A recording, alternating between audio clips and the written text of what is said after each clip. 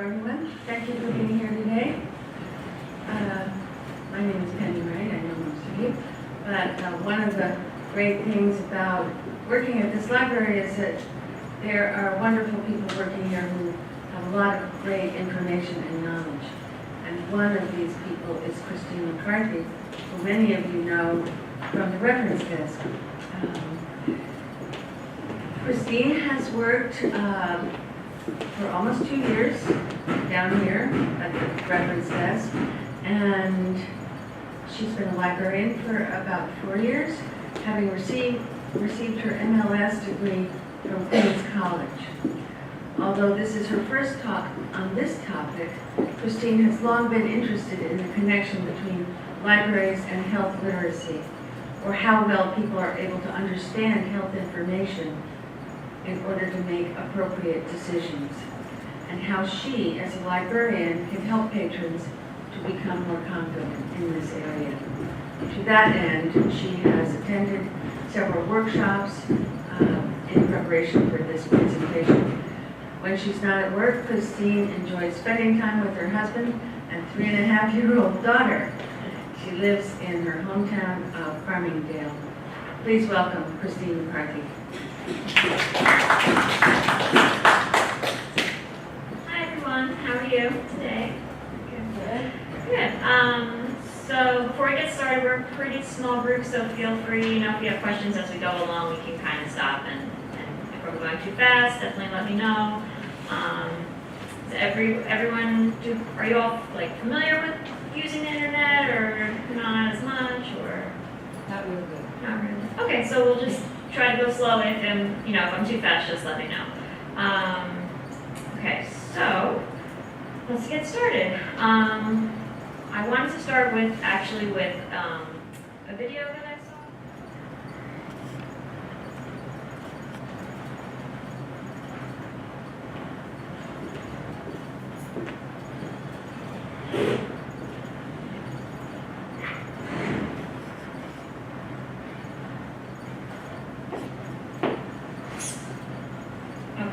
So hopefully you guys are not at that point yet, but it can be confusing. Is this right? Is it not right? Where did this information come from? Why is it telling me that coughing is causing everything? And, so what we're going to try to do today, I'm going to try to show you some websites that are, how to evaluate them, and then also some reliable ones that you can just kind of go to as your starting points. So we'll do that. So we just watch that. So as Penny said before, health literacy, it's defined as the degree to which individuals have the capacity to obtain, process, and understand basic health information and services needed to make appropriate health decisions.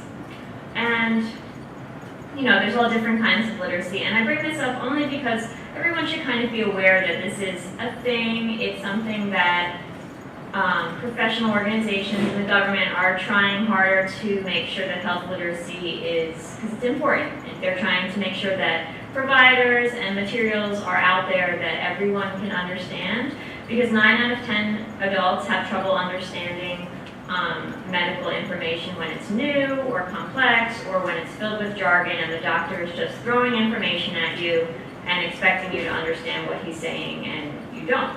And if you feel that way, you're definitely not alone. But it's good to know that health literacy is something to be aware of, because really a lot of people are at risk for it. So not to scare you or anything, but you're older and you're not as good with the computer, and the doctor is telling you stuff and you can't look it up. That kind of, you need to, at least that that's something in the back of your head that you want to work on and try to get a little better with it. So that's just kind of a definition. So then, evaluating health information online. Okay, so this works for health information and really for any type of information, so it's not just limited to this topic. But when you go to a website, you should really ask yourself the following: who is running this website? And the first thing to do probably is to go to an About Us page, see if you can find one, and that'll usually tell you who is running the website. Is it run by the National Library of Medicine, or is it run by a librarian who's doing it in their spare time? Not the same. So, I mean, librarians are great, but we don't have as many resources as the National Library. So that usually going to the About Us page can tell you a lot about the website. You also want to look for contact information. If there's no way to contact the person or organization who's running the website, you should start being a little skeptical, because you should be able to find out how to get in touch with them. Why did they create the site? Is it an outpost for selling something disguised as something that's informative, or are they really trying to peddle their supplements? So just kind of keep an eye out for that.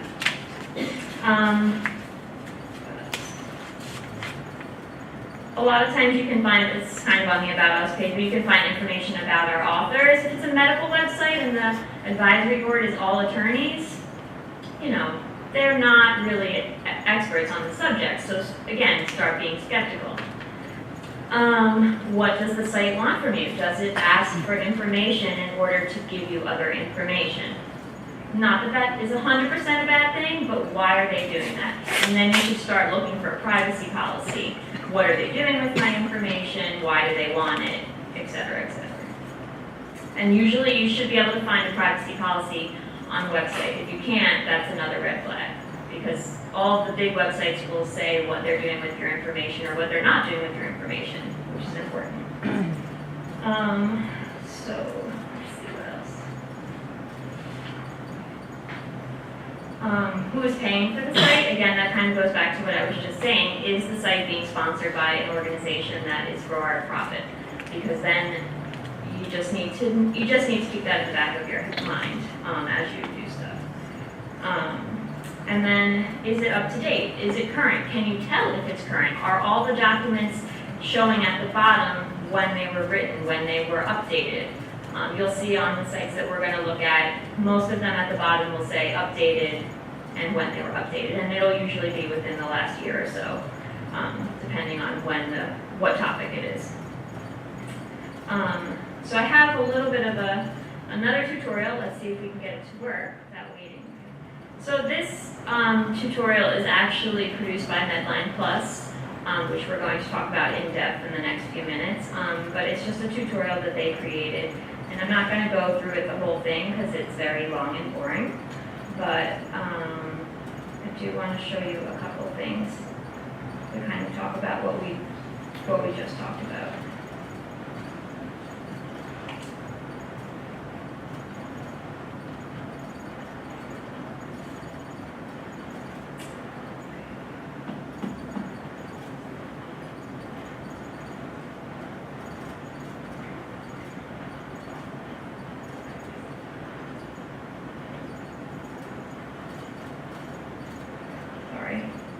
Technical difficulties, of course. Okay. So again, this is really talking about the same stuff that we just talked about, because most of what I just talked about I got from here. But, so let's say you're looking at two different websites, and as it says, they're not real. But so the first thing you want to do is go to the About Us link, and it's going to say who's running the website. So you can see what it says right there. And then you can see, so it's run by some healthcare specialists. So, okay, it's on the right track, because we want to get information from experts on the subject. Then at the bottom, is there somewhere to get in touch with them? There's an email contact form. So you can use that.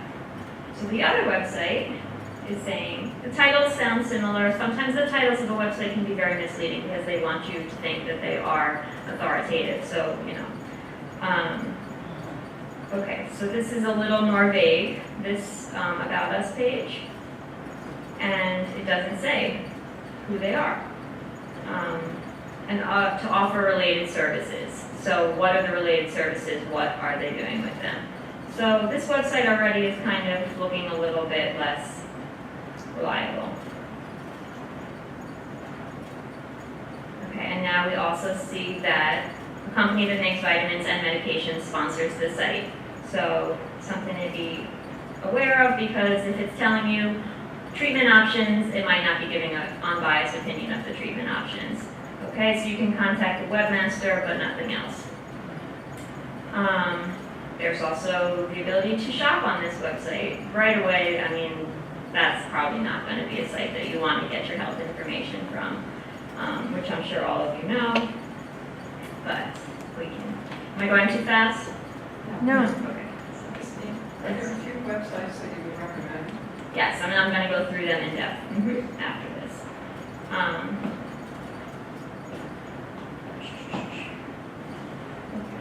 So, let me just skip ahead here. Okay, so another thing about advertisements is that if you are on a website, if you're on a website like this, the advertisement should be clearly labeled. See how this has it on the side and it says ad? That is important and good to know, because other times you don't know what, you're clicking on something and you think it's information and then it turns out that it's an ad. So it's going to show you on the next website. See right there on the side, that doesn't look like an ad, but it is. So whenever you're on the site, it's good to, if it has that written up, if it has that separated out, that's a good sign that it's clearly labeling what's ads, what's not. The sites I'm going to give you don't really have ads at all anyway, but if you're looking for additional ones. Okay, so this just kind of gave us an overview of how to actually get to the information we were talking about earlier. So I am going to finish up that and go back to these slides.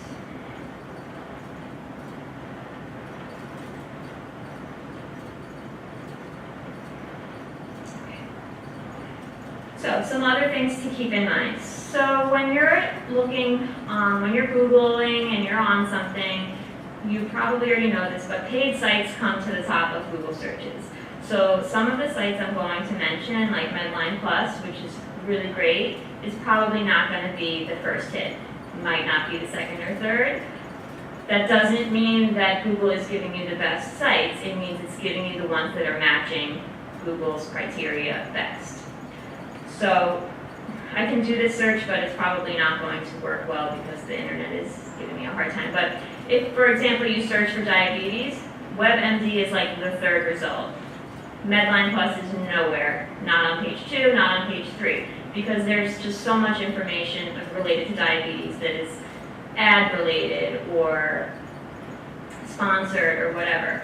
So sometimes what you have to do, instead of searching for diabetes in Google, is to go to Medline Plus or go to some other website and then search there, because you won't get the authoritative sources just from Google.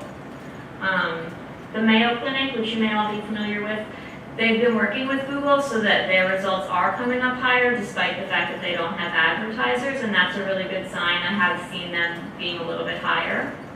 So that's nice. You can always use Mayo Clinic. You can always count on what they say. Again, yeah. Is Yale another website? Most likely. I mean, yes, you just have to be, they're not really as user-friendly, probably. Like Mayo Clinic and Medline Plus are really designed for consumers. Yale, I'm not as familiar with their website, I don't want to speak to it. I'm sure all of their information is reliable.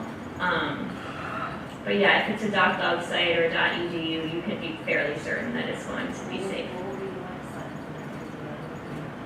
I can look it up in a minute. I'll look it up at the end for you, sure.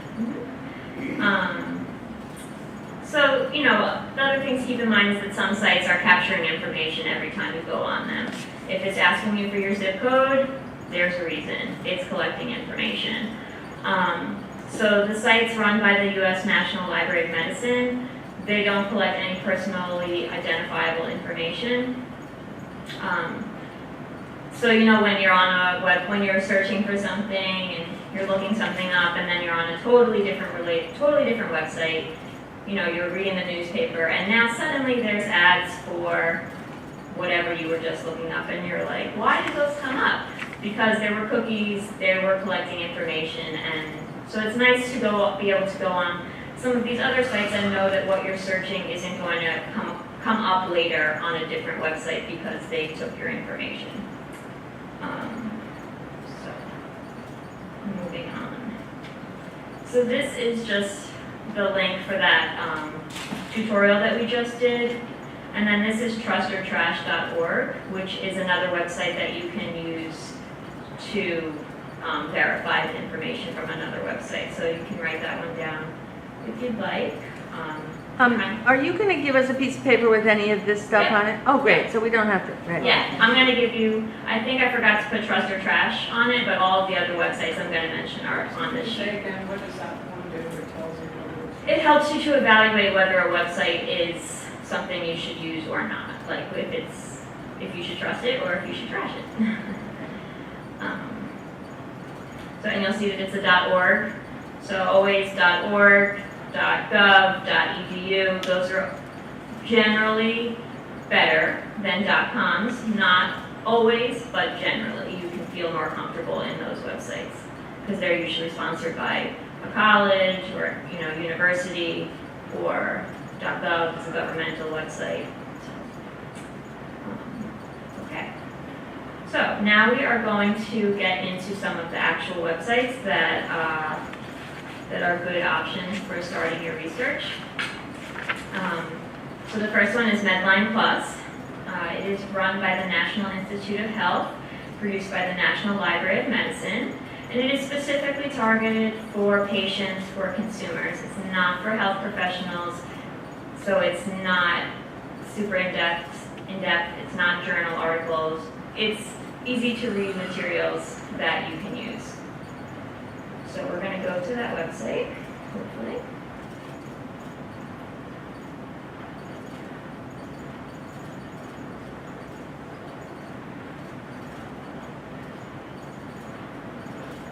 Has anyone used Medline Plus before?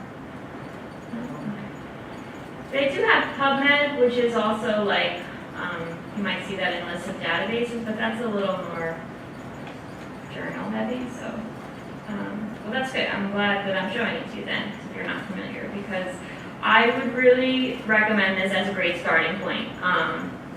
It's reliable, it's up to date, it's free, it's available in English and Spanish.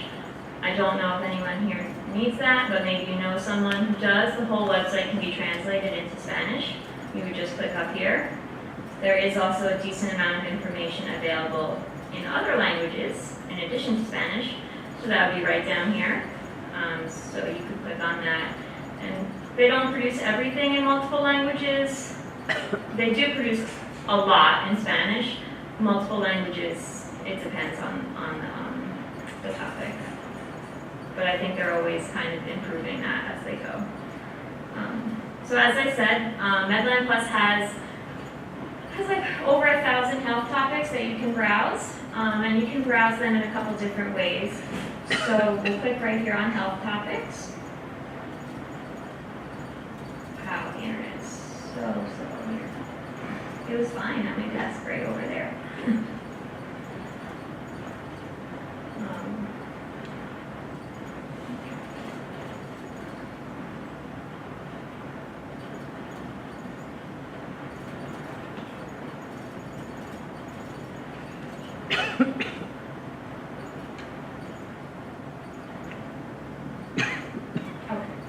Here we go. So we have the health topics. So as you can see, you can look them up by body location. So like a little more broad, digestive system, ear, nose, and throat, endocrine.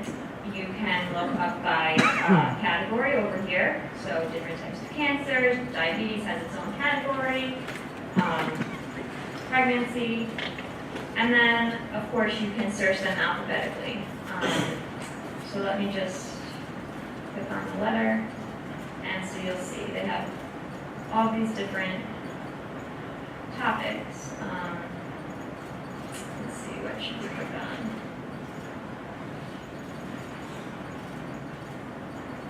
Let's click on gallstone, for example. So once you found a topic, I recommend starting at the summary, of course.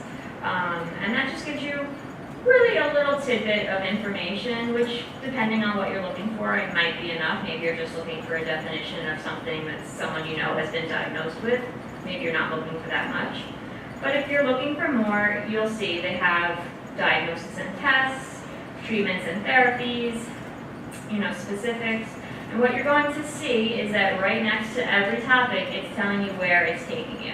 The American College of Surgeons, the National Institute of Diabetes and digestive and kidney diseases. That's a mouthful. So it's taking you to other information, but it's always telling you where you're going, and it's always going to be information that you can trust. So you don't have to worry about that when you're here. You'll see there's videos and tutorials, journal articles if you want to get into that. And then at the bottom there's some patient handouts, which, let's just see.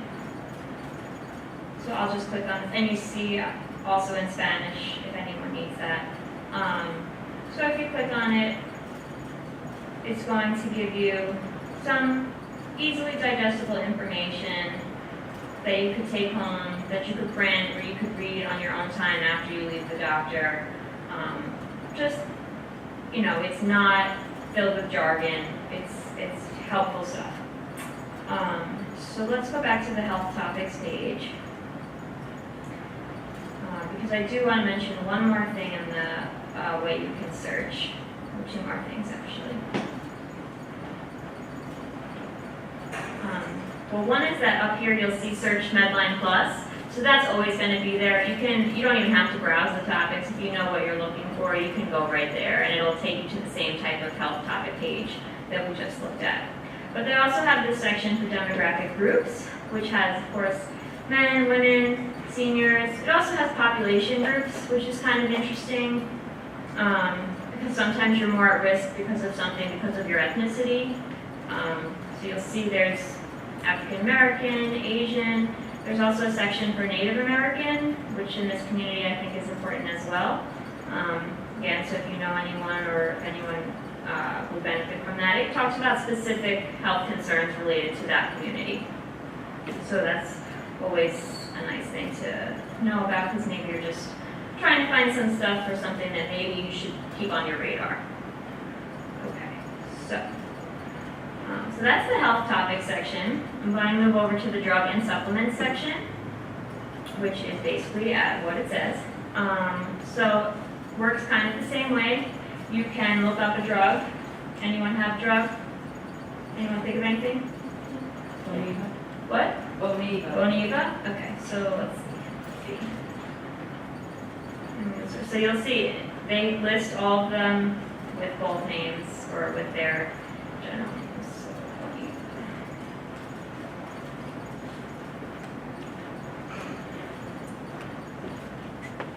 There are a lot of these.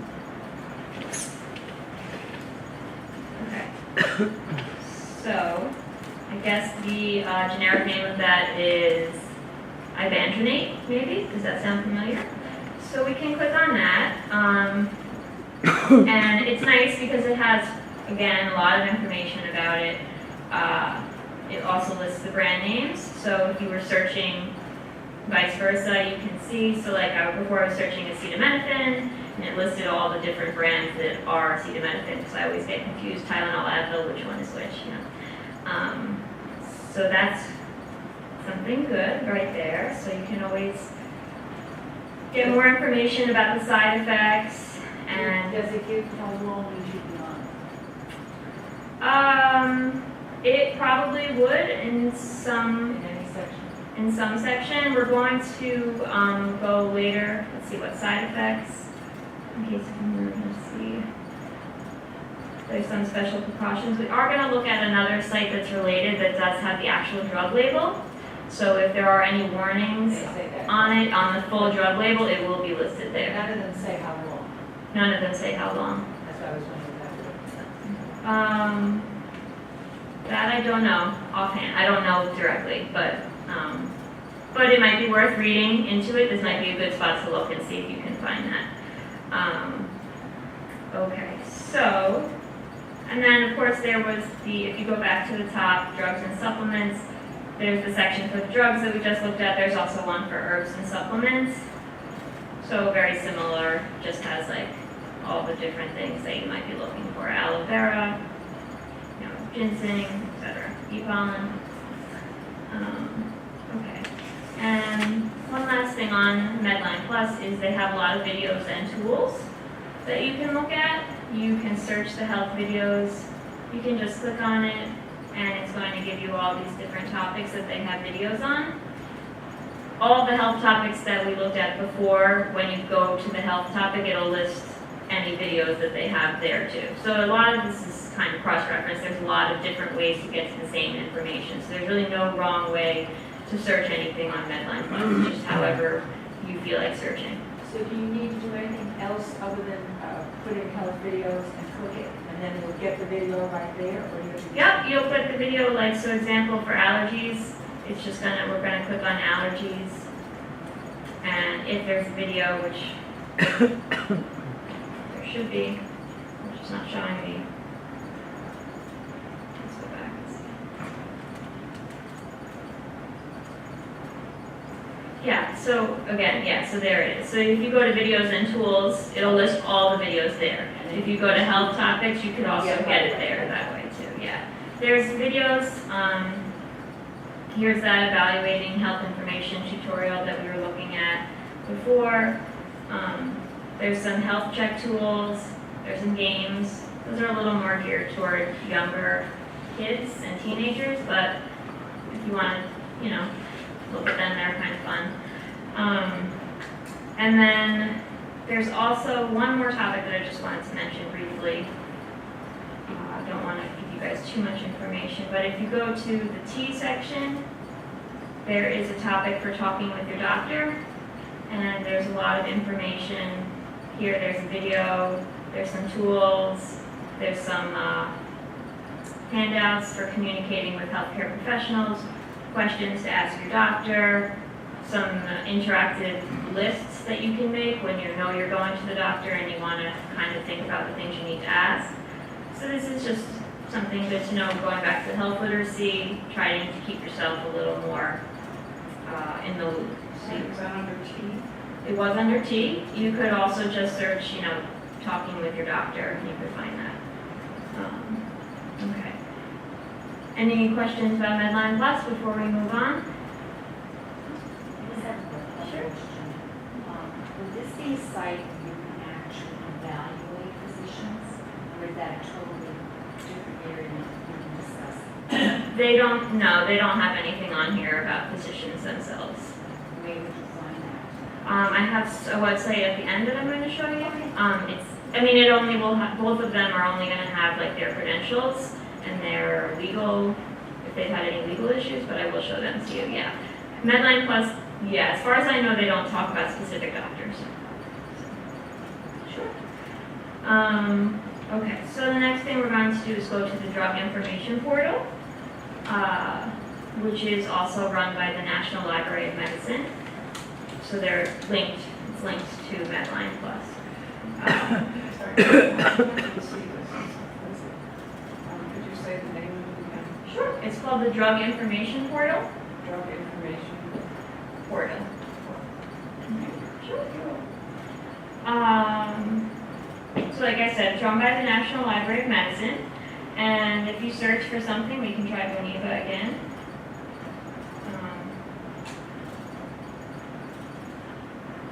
It's going to give us lots of information. Specifically, I want to show you two different things on the information if it ever loads. Okay, so see, it's giving us the generic name, so it is good that we just looked that up, or else I would not think that we got the right result. But so the first couple things are going to take you back to Medline Plus, summary of drug information. But I wanted to show you this Daily Med option, manufacturer's drug label, because if you click on that, you're going to get the full drug label, which I don't think they give you when you get a prescription filled at the pharmacy. Maybe they do. You get an insert, You get a small one, right? an insert, the insert is. It has the whole thing. So this is, yeah, so if you lose that, or you can't read it because it's teeny tiny and they don't want you to read it, you could come here and you could read it on your computer. So that's really nice. Or if you wanted to compare what's in this drug versus this generic one, is there really any difference? You could do that pretty easily. So this took you to Daily Med, which again is also run by the National Library of Medicine. It's just another portion, so that's fine.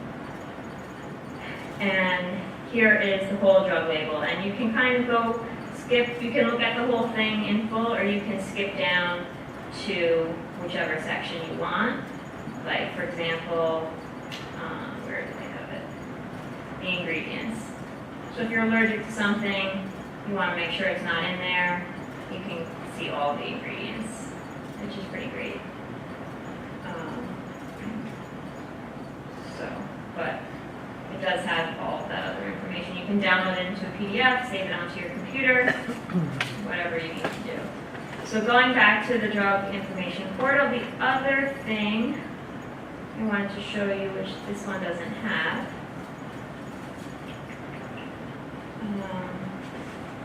anyone have another prescription, another drug that we could look up? Anyone think of something? All right, I'll look up Tylenol. Let's see if it comes up. Okay, so this last one down here, drug information and image display, Pillbox. This is a really cool website because it actually shows you what the pill should look like. So if you mysteriously find some medicine in your house, you don't know what it is, you can use this website to figure that out. Or if you get medicine and you're concerned that it's the wrong medicine, you can make sure that the pill looks like what it's supposed to look like. But if, on some prescription medicines, depending on where you go for the prescription, different companies fill out the prescription and the pill looks different. Yes. Definitely, there's a different, even though it's the same medicine, the pill itself will not look like it. Well, the generic and brand names are going to be different. No, this is generic. Some of them, well, I can't speak to that 100%, but that happened. This will list different ones, and I probably should have picked something besides Tylenol because it's giving me 1 million results, 3,000 results. But it does, you will see that it is giving you a picture. So if you want to confirm that a pill that you have is the right pill, it gives you the name right here, and it gives you the picture. It's also going to take you to the label, if you want, the label author. There's a lot of information that you can get here. And then you can also, as I was kind of saying before, you can use this website to specifically identify something that you already have, or you could use it to say, I don't know, my pill's spilled at the bottom of my bag and I don't know which one is which. So I have a capsule and it's pink. So you enter those two things and then you search. And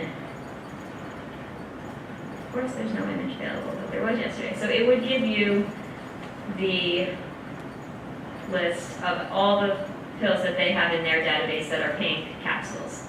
So that's why. Hold on, sorry. Because I'm searching acetaminophen still. Okay, so let me take that out. It's an example of capsule, a pink capsule. That's all I know. Like, what could this drug be? And now I get a couple different results. It could be this first one, I don't know how to say that, Dilantin, Flextin. So Pillbox is, I would definitely keep that in mind if you ever have some questions about medicines and what they should look like. Anyone have any questions about that? No? Okay. So, let's see. Come back.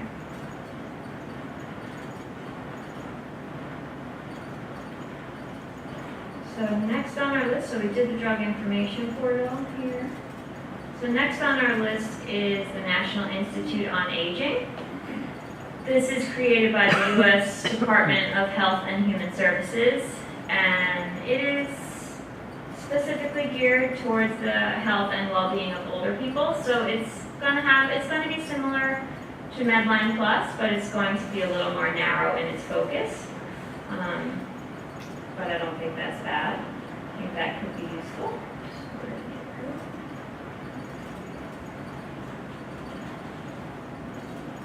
So this website is also available in Spanish if you needed it to be translated. And again, so these sections over here, I wouldn't really worry about them. They're a little more about the organization, news and events. But over here, health information has some good topics: caregiving, clinical trials, cognitive health.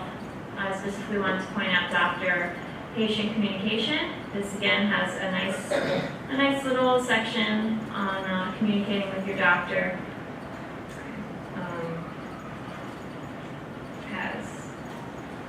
It also has tools for healthcare professionals. So if you know a doctor who needs some tips, maybe you could send him to this website. So that is a good thing on National Institute of Aging. And then also I wanted to point out that they have a section on exercise and physical activity. They have this Go for Life initiative. So if anyone is looking to kind of, do a little more physical activity, or kind of isn't sure where to begin, this is a good starting point. It has a lot of information, some different types of exercises. If you click, there's some videos, staying safe. I think that if you click into anything, it's going to give you some handouts, some step-by-steps. And I think it's on the,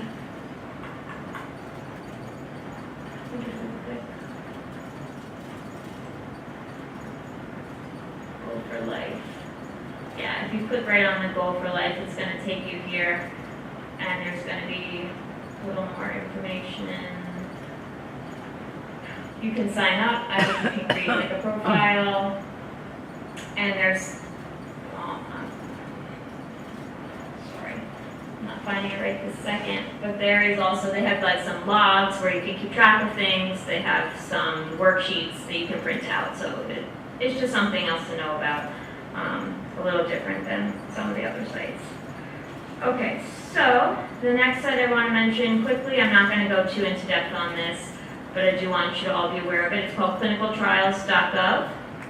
It's, again, from the NIH, National Library of Medicine.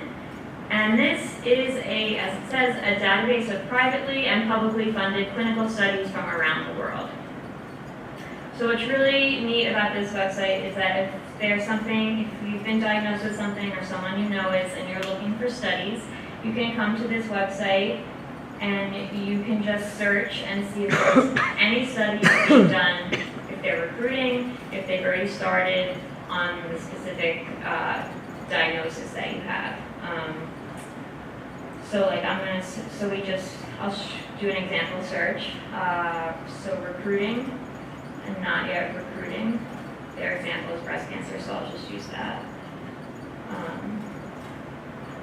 And then you would be able to limit it here, other terms, for example, NCT number, drug name, investigator name. So your doctor is talking to you about a specific drug, you want to see if there's any clinical trials that you could get into. You can limit it. We might want to limit it to the US, otherwise you could be going to Russia, or not Russia, but. What if you want to ask about a drug, but don't know the diagnosis? Yeah, you could probably do that. You could search by any of those fields. Okay. Yeah, so if it's a specific drug that you wanted to look up, you could do it that way too, sure. So we'll just keep it simple, breast cancer trials in the US. And then once you do the first search, there's a lot more filters that you can do on the side. So you can limit it to age criteria. So you'll see over here, the first one, Massachusetts, is doing studies, not yet recruiting. The next one. So this is something hopefully no one will ever really need to use, but if you do, it is a really good site to just kind of keep it, again, in the back of your head, clinicaltrials.gov. Okay, so any questions about that?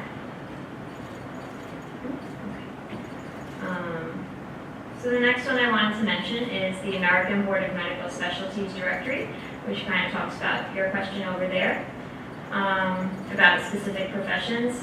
This is a database that we have here at RML.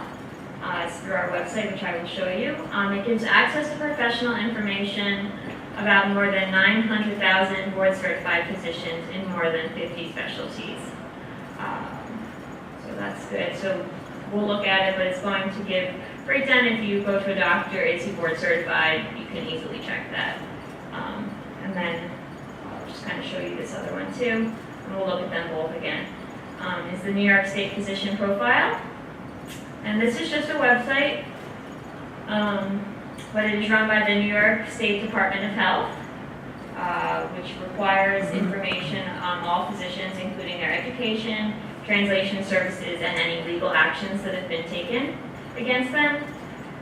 It is the responsibility of the physicians to keep their profile updated.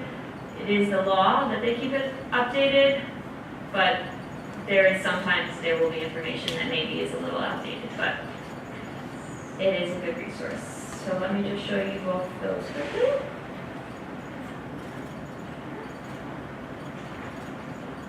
Okay, so to get to the ABMS directory, you're going to go to the RML website, which is, I hope you all know, myrml.org.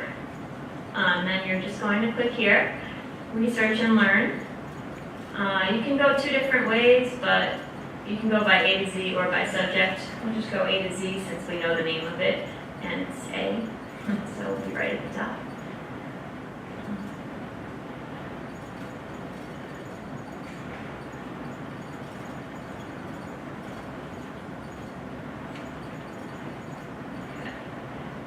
So here it is, ABMS. If you're at home, you can just click home. It will ask you to put your library card number in. What is it again? A? ABMS, American Board of Medical Specialties. So if you're at home, you click home and you just have to put your card number in. In the library, you just click here. Gives you some information, because of course we should always be checking, right, to make sure we know who's creating the site. So about us, it's right there. But this is through our website, RML's website, so you can trust it. Anyone want to search for a doctor? Anyone know a doctor? Have a doctor's name? How about Shobha Patel? What? What's the name, honey? Her last name is Patel. Her first name is Shobha. S-H-O-B-A. I don't know if that's how to spell it, actually. What's the last name? Is it- P-A-T-E-L? Yeah. Yeah. I think it's an odd spelling. P-A-T-E-L. P-A-T-E-L. Okay, so let's search that. And of course, S-H-O-B-H-A. okay. So I'm just searching Patel. We got a lot of results. So let me go back. That is a common name. Are they in Southampton? She is. She's- So we could search. We know her first name here. How do you spell it? S-H-O-B-H-A.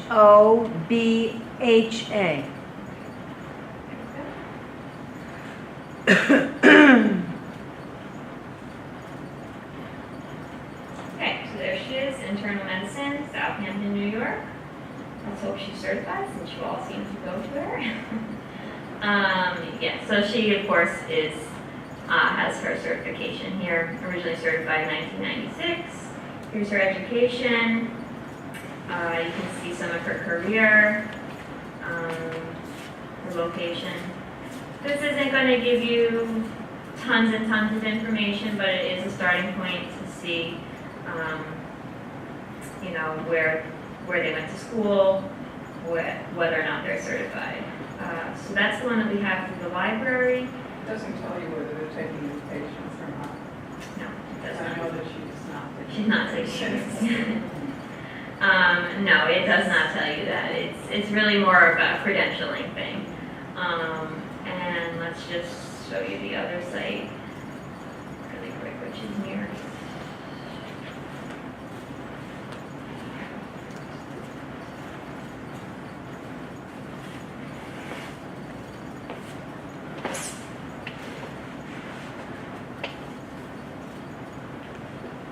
This is New York doctor profiles, and this one is going to be limited to New York doctors, of course. So the other one is not the ABMS. You could search out of state.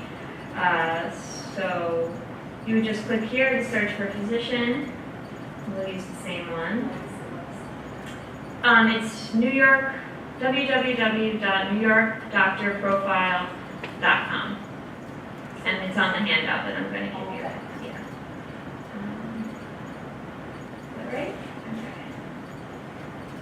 Comes right up.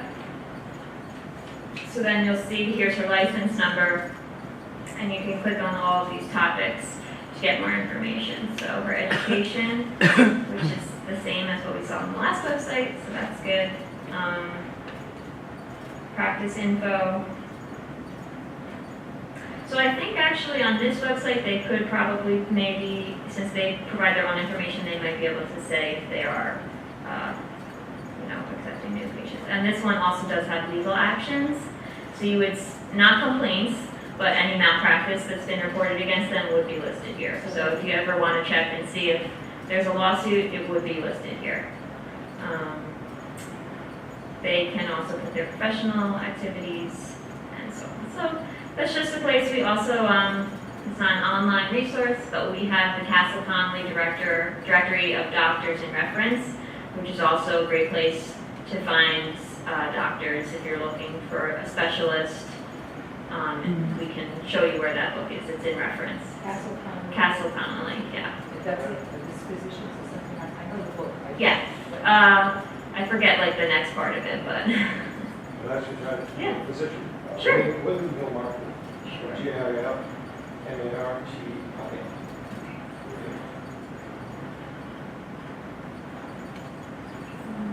like that.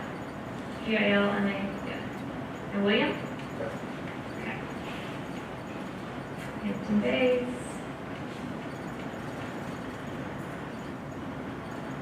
So he went to Georgetown. According to this, well, I guess this one is still certified.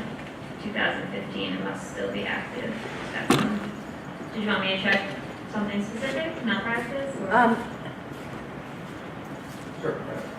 or are you looking? Let's just, You just wanted to see if it was here. Yep, he's there, so that's good. He's definitely a doctor.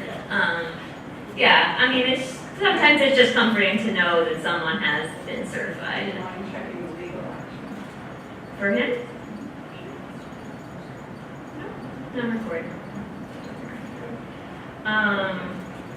Okay, so that was really the last website I wanted to talk about. Does anyone have any questions?